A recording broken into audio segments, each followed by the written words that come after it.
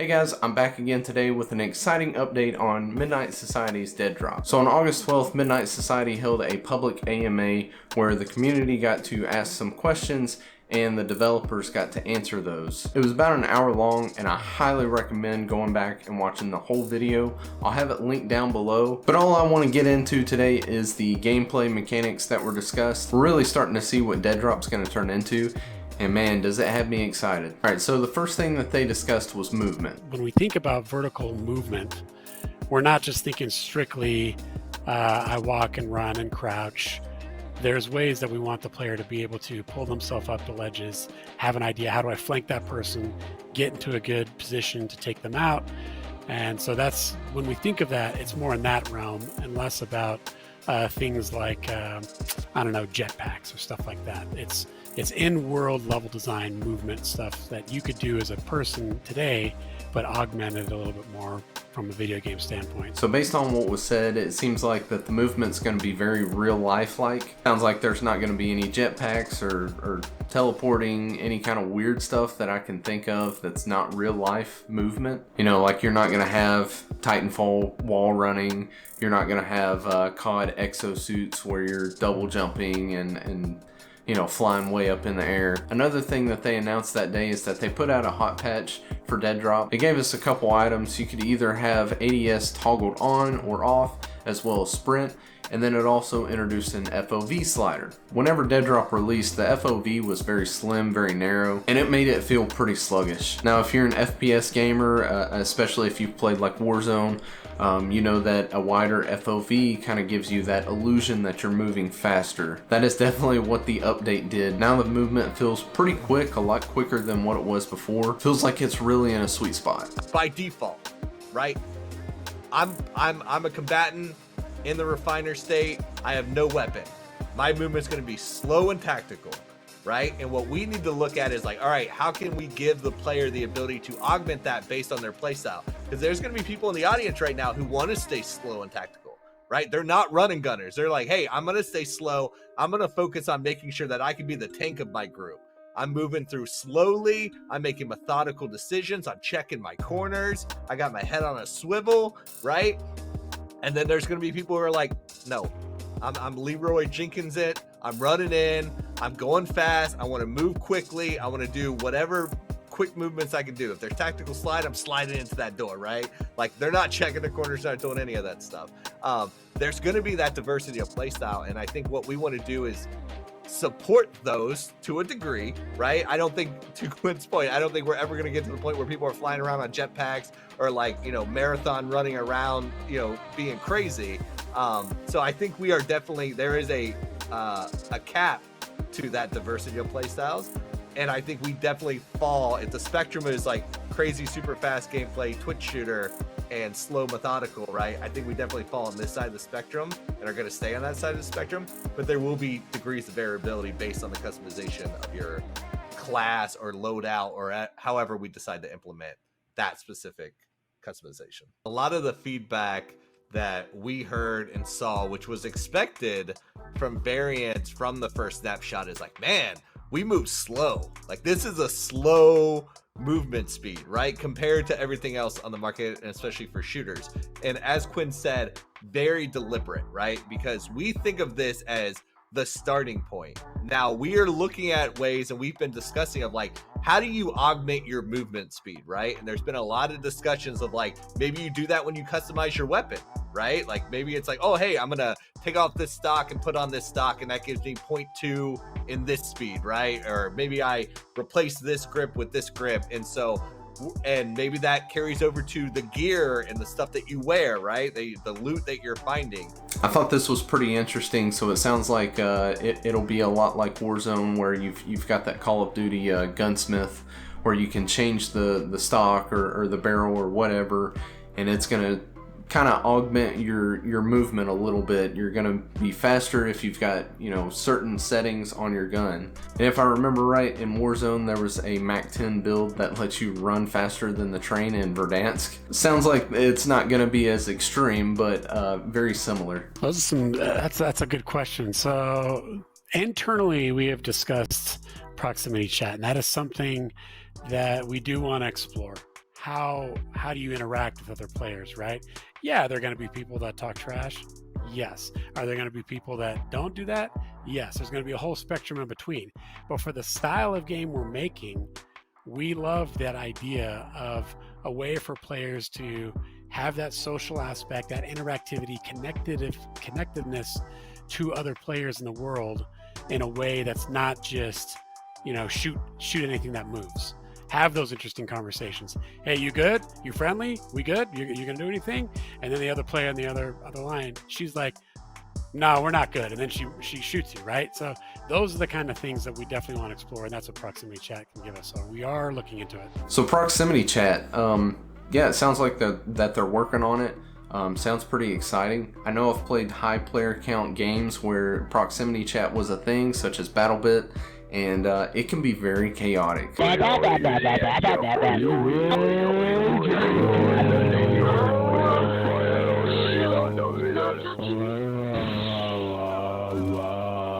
Not saying it's a good or a bad thing, but that's a lot going on. But there's other games like The Cycle where it's a very enjoyable experience.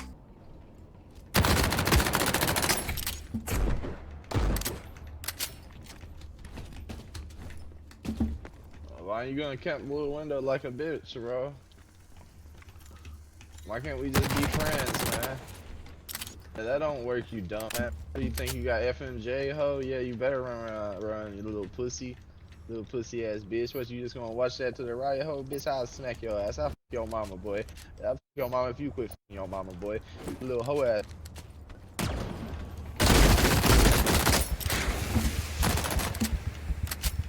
What was that?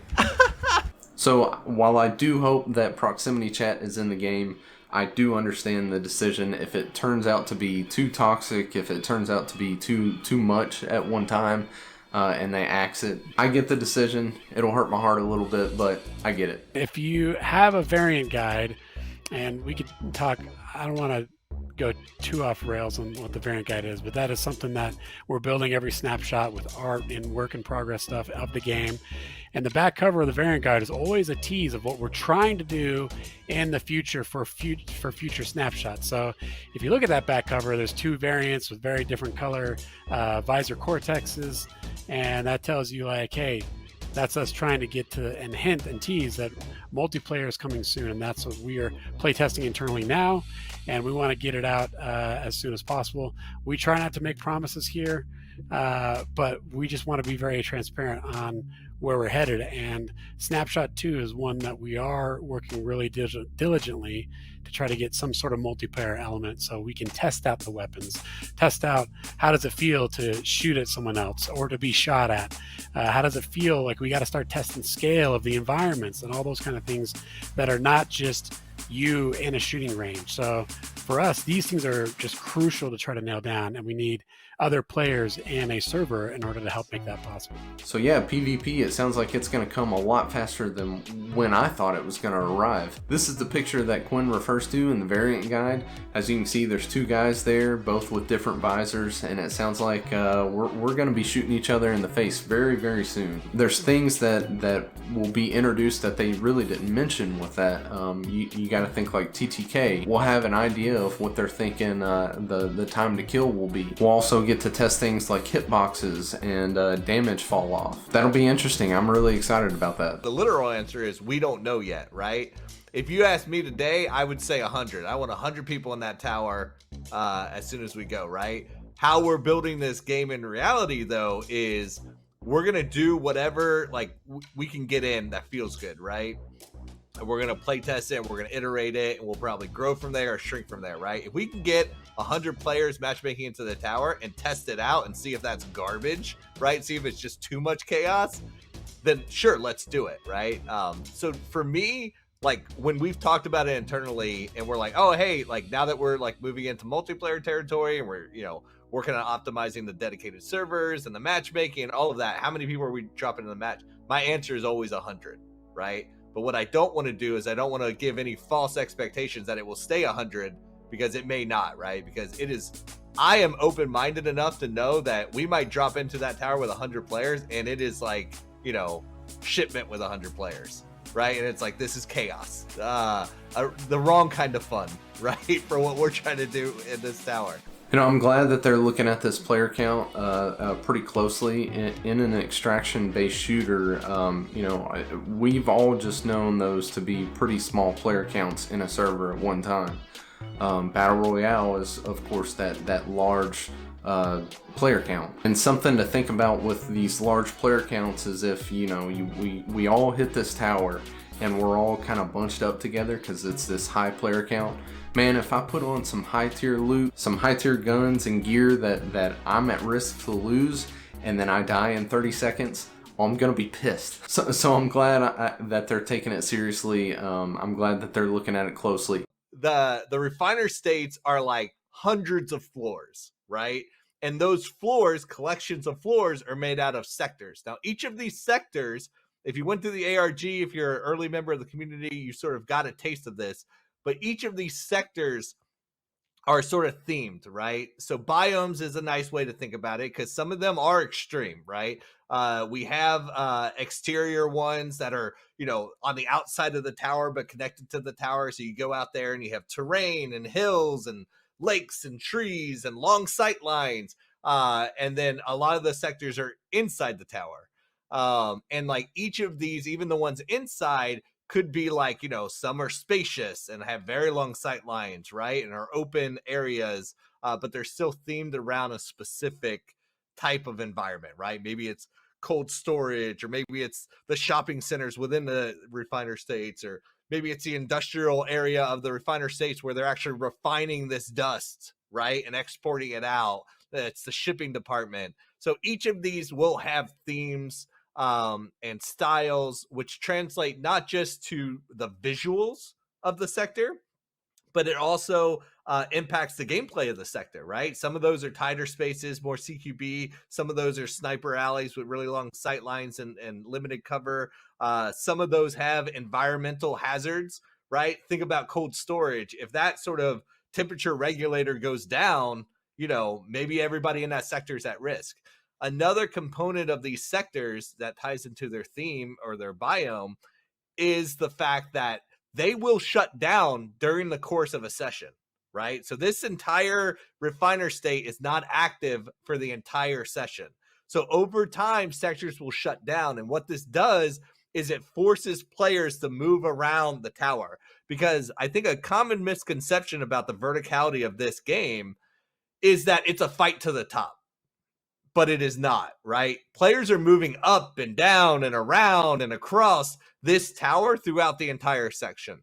And now what happens is, like, as these sectors shut down, players are forced to move, right? And they're pushed closer together, and it sort of controls the flow of a match in certain ways. And so if you're going to extract out of this tower and you want to extract, you have the ability or the gear required or whatever you need to do to extract out of a specific sector, you want to make sure you do that before that sector shuts down. Otherwise, you either have to find another extraction point or you're stuck surviving the tower, right? If you want to fight it out.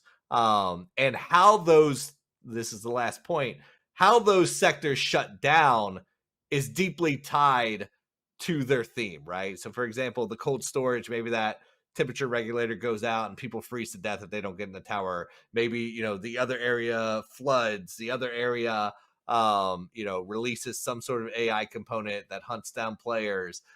There's a lot of things that we can play with as a community. We're designing these sectors. Now, how we're going to introduce these to the players is we're probably going to be introducing sectors or a few sectors at a time in snapshots, right?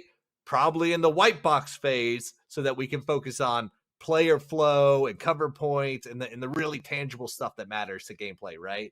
And then once we sort of nail that down and we're all happy with it, then we start doing art passes. But that whole time that we're playtesting it together, right? All the variants are playtesting it and getting the feel for the balance of the gameplay.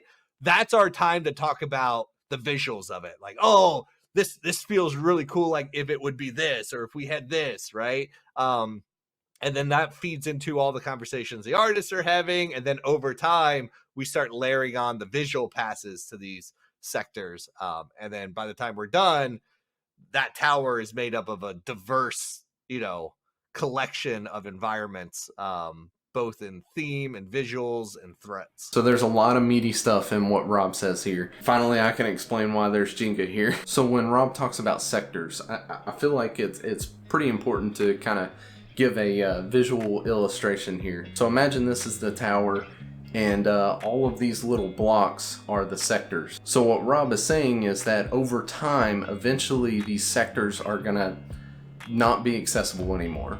Via means of some type of shutdown. Well, let's say that cold storage room, it freezes up. That sector, boom, gone.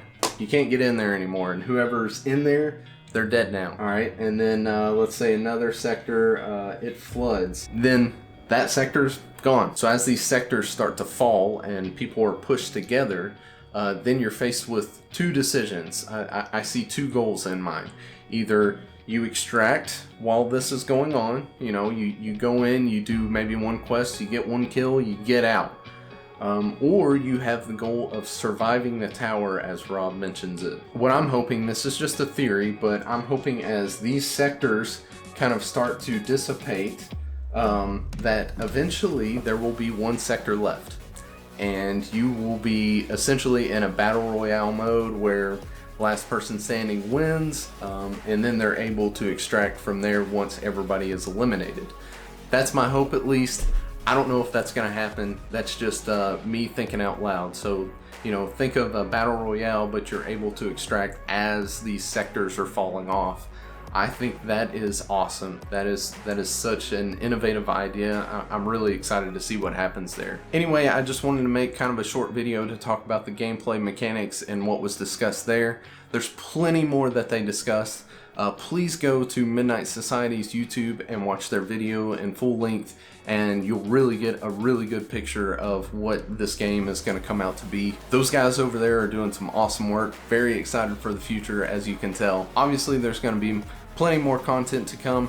Very excited about the future of Deadrop, and we'll see you on the next one.